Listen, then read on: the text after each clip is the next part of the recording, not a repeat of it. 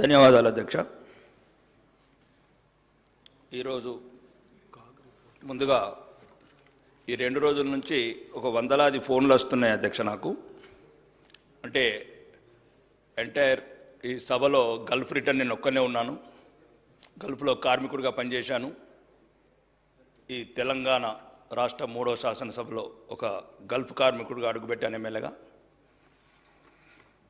ఎవరికి బట్టని ఎడారి బిడ్డల కథ 2 రోజుల నుంచి అధ్యక్ష. బాగా దుర్భరమైన జీవితాలు. ఇక్కడ చాలామంది దుబాయ్ వెళ్ళారు, నాకు తెలిసిన స్నేహితులు ఉన్నారు. బుర్జ్ ఖలీఫా చూసినారు, దుబాయ్ షాపింగ్ మాల్ చూసినారు. ఉత్తర తెలంగాణ శాసనసభ్యులు ప్రత్యేకంగా సోదరుడు శ్రీధర్ బాబు గారు కావచ్చు, పొన్నం ప్రభాకర్ గారు కావచ్చు, దుబాయ్ లేబర్ క్యాంపులలో కూడా తిరిగినారు చాలామంది.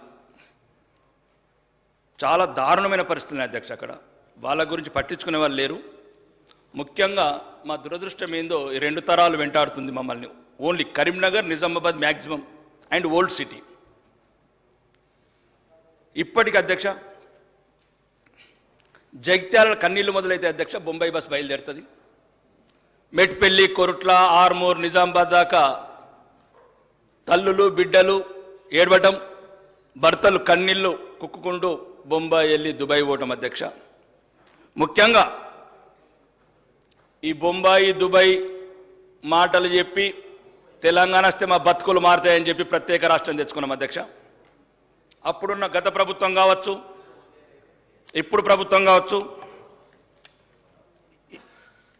వాళ్లకు ప్రత్యేకంగా ఎన్నో సౌకర్యాలు కల్పిస్తామని చెప్పారు అధ్యక్ష.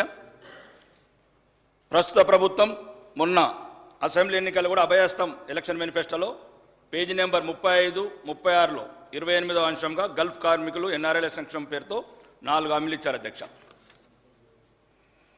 మరి ముఖ్యంగా మన గౌరవనీయ ముఖ్యమంత్రి గారు సెప్టెంబర్ ఈ మధ్య 4 మీటింగ్ కూడా పెట్టారు అధ్యక్ష. ఏప్రిల్ 16 నాడు గల్ఫ్ సంఘాల ప్రతినిధులతో జరిగిన సమావేశంలో మృతుల కుటుంబాలకు ఎక్స్గ్రేషియా ఇస్తామని సీఎం రేవంత్ రెడ్డి గారు ప్రకటించారు. ఈ బడ్జెట్లో కేటాయింపులు లేకుండా గల్ఫ్ సంక్షేమం ఎలా సాధ్యమవుతుందో మీకు ఒక్క విషయం చెప్తాను అధ్యక్ష. ఈ సభ ఈనని, తెలంగాణ ప్రజలు ఈనని ఒక్క సంఘటన చెప్తాను అధ్యక్ష. ఏ కుటుంబ సభ్యుడైనా చనిపోతే అధ్యక్ష ఒక్కరోజు ఏడుస్తాం అధ్యక్ష, 3 రోజులు ఏడుస్తాం అధ్యక్ష, 12 రోజులు ఏడుస్తాం అధ్యక్ష. కానీ మా ఉత్తర తెలంగాణ పల్లెలలో 6 నెలలు ఏడుస్తారు అధ్యక్ష. శవం ఎప్పుడు వస్తుందో తెలియదు అధ్యక్ష. పెట్టెల మూలుగుతూ ఉంటుంది. ఇక్కడ కన్నీళ్ళు ఎన్ని రోజులు ఏడవలు తెలియదు.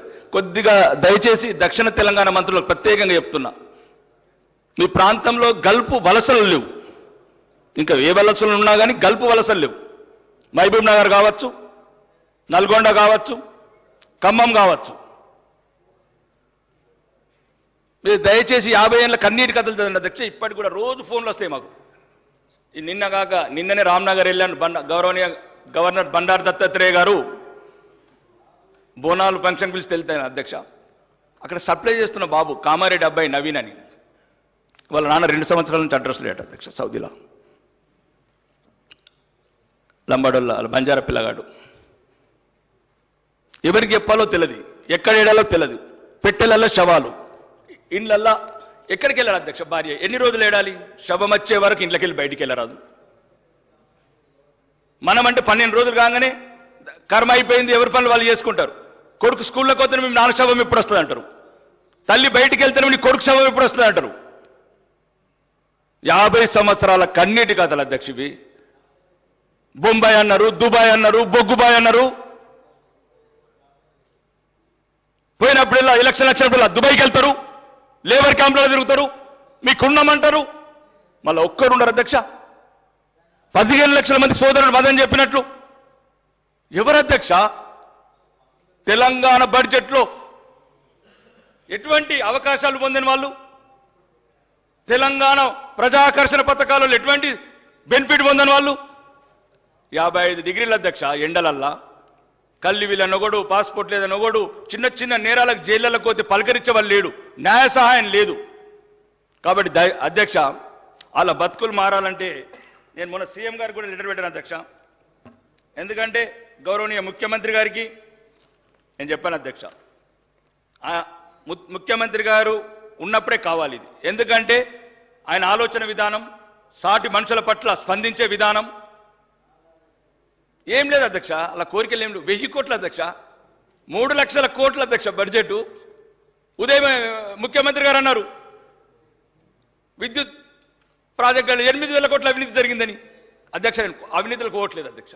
నేను ఆ పార్టీ ఈ పార్టీ ఏ పార్టీ లేదు అధ్యక్ష. నాది పేదోడు పార్టీ, లేనోడు పార్టీ, ఏడారిలో ఏడ్చినోడు పార్టీ. 1000 కోట్లు అధ్యక్ష, 1000 కోట్లు పెట్టమంటున్నారు. చచ్చిపోతే 10 లక్షలు తీసుకురావడానికి, ఒక శవం తీసుకురావడానికి ఒక సెల్, ఒక హెల్ప్ లైన్ 1000 కోట్ల అధ్యక్ష. మొన్న గౌరవనీయ వ్యవసాయ శాఖ మంత్రి గారు తుమ్మల నాగేశ్వరరావు గారు అన్నారు అధ్యక్ష 25,672 కోట్ల 8 లక్షల రూపాయలు మొక్క మొలని భూములకు ఇచ్చిండ్రు అధ్యక్ష. ఏం పాపం చేసిండ్రు అధ్యక్ష? కరీంనగర్ నిజామాబాద్ వాళ్ళు ఎక్కడ పుట్టలేదు అధ్యక్ష, ఖమ్మంలో పుట్టలేదు అనుక. మొన్న ఫోన్ చేసి ఒక అబ్బాయి అంటాడు, అన్న మేము కొడంగల్లో పుట్టినా బాగుండేది అధ్యక్ష అంటాడు. నేనన్నా మేము ఉన్నాము, అభయహస్తం మేనిఫెస్టోలో పెట్టారు, ఇంప్లిమెంట్ చేపిస్తాం, గౌరవ ముఖ్యమంత్రి గారిని అడుగుతాం. ముఖ్యంగా దయచేసి ఈ సమస్య అధ్యక్ష, మీరు తండ్రి లాంటి వారు అధ్యక్ష. ఈ సమస్యలు ఎవరు చెప్పారు అధ్యక్ష? కొందరు యూరోప్లో చదువుకున్నారు, కొందరు ఇంగ్లాండ్లో చదువుకున్నారు, కొందరు కోటీశ్వర్లు వచ్చారు సభలు. నేను దుబాయ్లో కార్మికులుగా పనిచేశాను అధ్యక్ష. నాకు తెలుసు అధ్యక్ష నేను ఏం చేసిన అక్కడ. ఎవడు లేడు ఎవడు రాడు, చిన్న తప్పుకు 3 సంవత్సరాలు జైలు ఉంటారు అధ్యక్ష. అడ్వకేట్ దగ్గర కోదమంటే వాళ్ళకి సహాయం లేదు. కడుపు నొప్పొస్తే ఇంట్లో పడుకుంటారు అధ్యక్ష వాళ్ళు. ఎందుకంటే 200 దిరామ్స్ డాక్టర్ కన్సల్టెంట్ ఫీజు కట్టాలి కాబట్టి. దయచేసి అధ్యక్ష మీరు చూడని ఎడారి బతుకుల గురించి ఇక్కడున్న మీ ద్వారా ప్రభుత్వానికి గల్ఫ్ వలస కార్మికులకు సంక్షేమం కోసం ఈ బడ్జెట్లో 1000 కోట్లు కేటాయించాలి అధ్యక్ష. సమగ్ర ప్రవాస భారతీయ విధానం ఎన్ఆర్ఎస్ఐ ప్రవేశపెట్టాలి అధ్యక్ష. గల్ఫ్ తదితర దేశాల వలస కార్మికుల సంక్షేమం కోసం గల్ఫ్ బోర్డు ఏర్పాటు చేయాలి అధ్యక్ష. ముఖ్యమంత్రి గారు కూడా చెప్పారు సెప్టెంబర్ 11 లోపల చేస్తానని. గల్ఫ్ మృతుల కుటుంబాలను ఆదుకోవడానికి 10 లక్షల ఎక్స్గ్రేషియా చెల్లించాలి అధ్యక్ష. భారతదేశ విదేశీ వ్యవహారాల మంత్రిత్వ శాఖ ముంబైలో విదేశ్ భవన్ ఏర్పాటు చేసింది. ఇదే తరాలో యూఏలోని దుబాయ్ తెలంగాణ ప్రవాసీ భవన్ ఏర్పాటు చేయాలి అధ్యక్ష. రేషన్ కార్డుల నుంచి ఓటర్ లిస్ట్ నుంచి గల్ఫ్ కార్మికుల పేరు తొలగించవద్దు అధ్యక్ష. అన్ని సంక్షేమ పథకాలని గల్ఫ్ కార్మికులకు వర్తింపజేయాలి అధ్యక్ష. జీవిత బీమా, ప్రమాద బీమా, ఆరోగ్య బీమా, పెన్షన్లతో కూడిన సమగ్రమైన సాంఘిక భద్రత సోషల్ సెక్యూరిటీ పథకం ప్రవేశపెట్టారు అధ్యక్ష. విదేశాల నుండి తిరిగి వచ్చిన వారికి సబ్సిడీతో కూడిన రుణాలు ఇచ్చి స్థానికంగా ఉపాధి అవకాశాలు కల్పించాలి. జైళ్లలో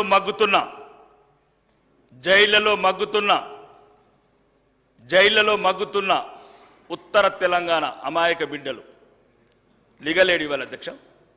ఏళ్ల తెరబడి విదేశాల్లో ఒంటరిగా నివసిస్తున్న తల్లికి దూరమై, పల్లెకి దూరమై, సంసారానికి దూరమై, బిడ్డలకు దూరమై ఉన్న వాళ్ళకి అధ్యక్ష సంవత్సరానికి ఒకసారి రిటర్న్ టికెట్ ఇవ్వాలి అధ్యక్ష. ఇక్కడ 1000 కోట్లు ఉచిత పథకాలను ఇస్తున్నాం అధ్యక్ష. వాళ్ళు 1,80,000 కోట్లు లాస్ట్ 10 సంవత్సరాలు అది పంపించినాయి. వాళ్ళకి ఎందుకు ఇవ్వలేము అధ్యక్ష?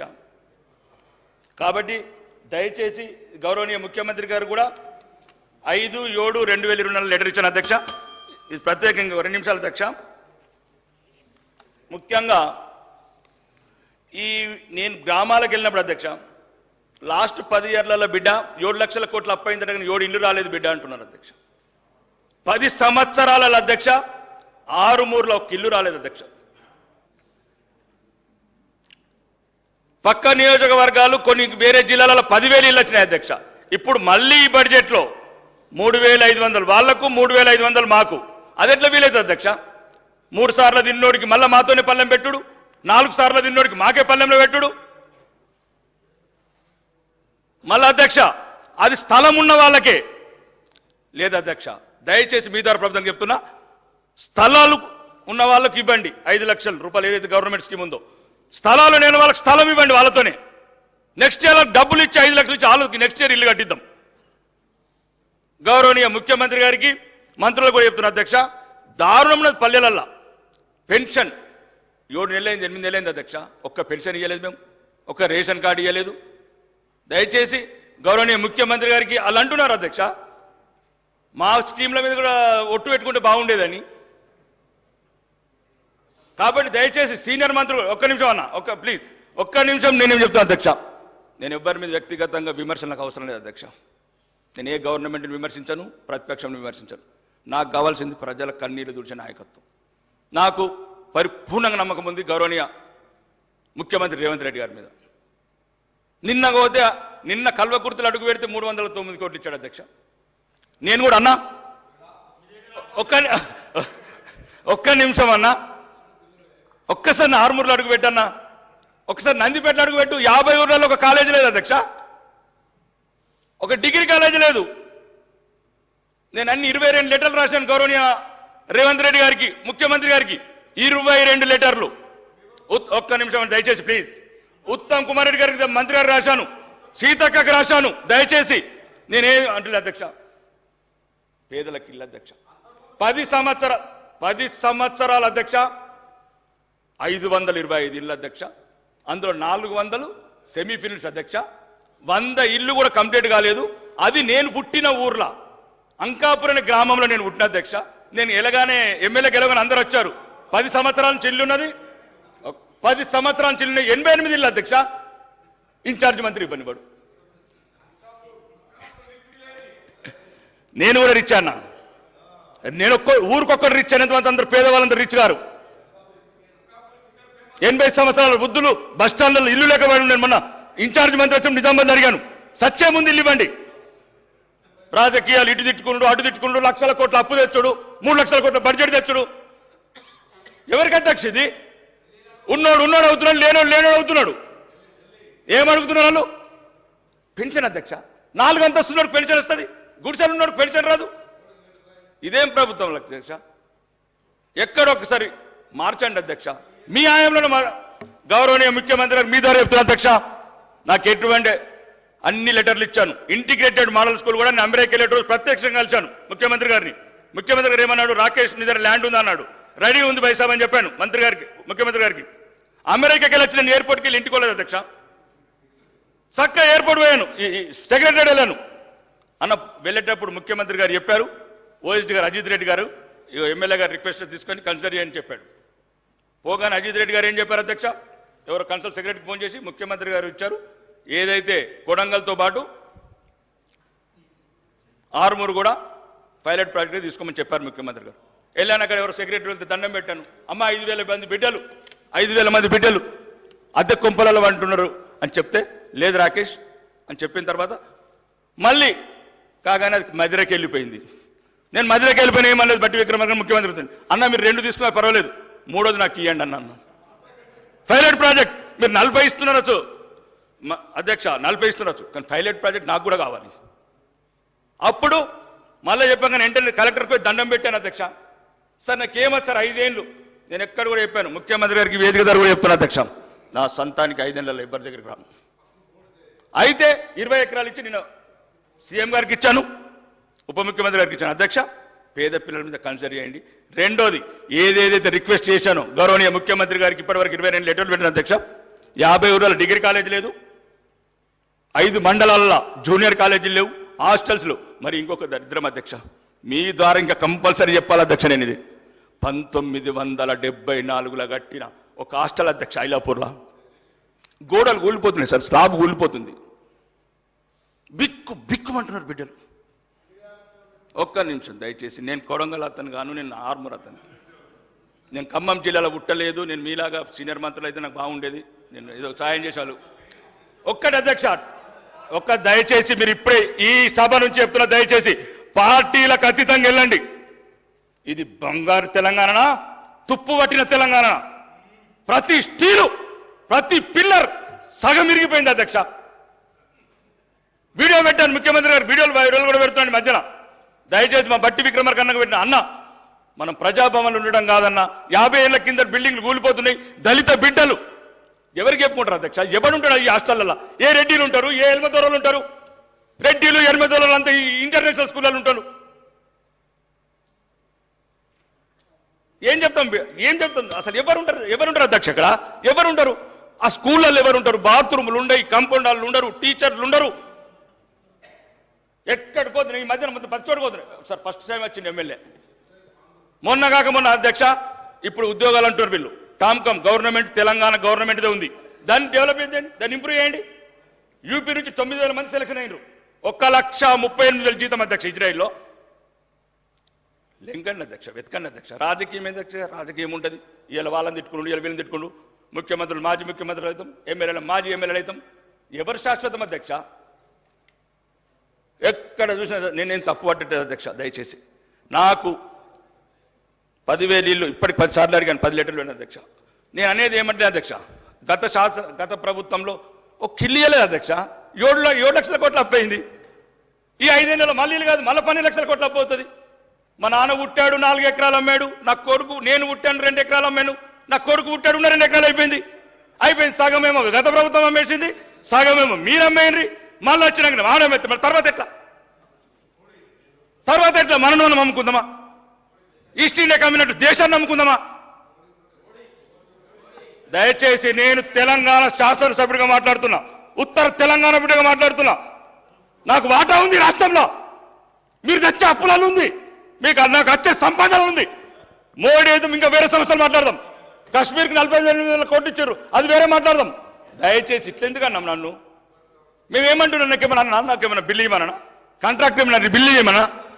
ఎస్సీ బిడ్డలు అధ్యక్ష, మీరు దయచేసి మీరు పర్యటన పెట్టుకోండి ఐలాపూర్కు. మీరు దయచేసి మీ దండం పెడతాను. మీరు ఐలాపూర్కి వెళ్ళిన తర్వాత తెలంగాణ పరిస్థితి ఏర్పడుతుంది. ఇది బంగారు తెలంగాణ, ఇది తుప్పుబట్ల తెలంగాణ, లేకపోతే 3 లక్షల కోట్ల బడ్జెట్ తెచ్చుకొని ఏసీ రూమ్లలో గుర్తున్నాం మనం. కన్క్లూడ్ చేయండి రాకేష్. దయచేసి ఒకటే అధ్యక్ష, ఒక 2 నిమిషాలు అధ్యక్ష. నీళ్ళు తాగితే ఇంకా మాట్లాడుతున్నాను. నేను ఏమంటున్నాను అధ్యక్ష, నేను దయచేసి అధ్యక్ష మీ ద్వారా గౌరవనీయ ముఖ్యమంత్రి గారు చెప్తున్నా. సీనా నాగే ఒక ఆర్టిఫిషియల్ ఇంటెలిజెన్స్ వాడతామన్నారు అధ్యక్ష. తెలంగాణ మొదటి శాసనసభ సమావేశాలలో ఆర్టిఫిషియల్ ఇంటెలిజెన్స్ టెక్నాలజీ వాడతామన్నారు అధ్యక్ష. మేము మొన్న అమెరికా న్యూజెర్సీలో పోయినప్పుడు 28 ఒక సాఫ్ట్వేర్ గురించి చెప్పారు అధ్యక్ష. 28 రకాల దొంగ ఓటుని అది డిక్టేట్ చేస్తుంది అధ్యక్ష. మీరు అనుకుంటే అధ్యక్ష, ఏదేదో నేను గౌరవనీయ ముఖ్యమంత్రి గారు కూడా చెప్తున్నాను అధ్యక్ష. ఆ రోజు కూడా చెప్పాను సెక్రటరీలో, మీరు మంచి అనుకుంటున్నారు ముఖ్యమంత్రి గారు, ఎందుకంటే ఆరోగ్యశ్రీ విడిగా చేయడం, ఈ రేషన్ కార్డు విడిగడం వల్ల సగం సమస్యలు పోతాయని. పేదవాడు ఏడుస్తున్నాడు అధ్యక్ష. ఊళ్ళోకి పోతే మెయిన్ ప్రధాన సమస్యలు 3: పెన్షన్, ఇల్లు, రేషన్ కార్డు. ముఖ్యంగా మీరు మన దావేస్ వెళ్ళారు, మళ్ళీ రేపు అమెరికా వెళ్తున్నారు అధ్యక్ష. ముఖ్యమంత్రి గారు, గౌరవనీయ ముఖ్యమంత్రి గారు వాళ్ళ స్ట్రీము లక్కంపల్లి 15 ఏళ్ళు అయింది అధ్యక్ష.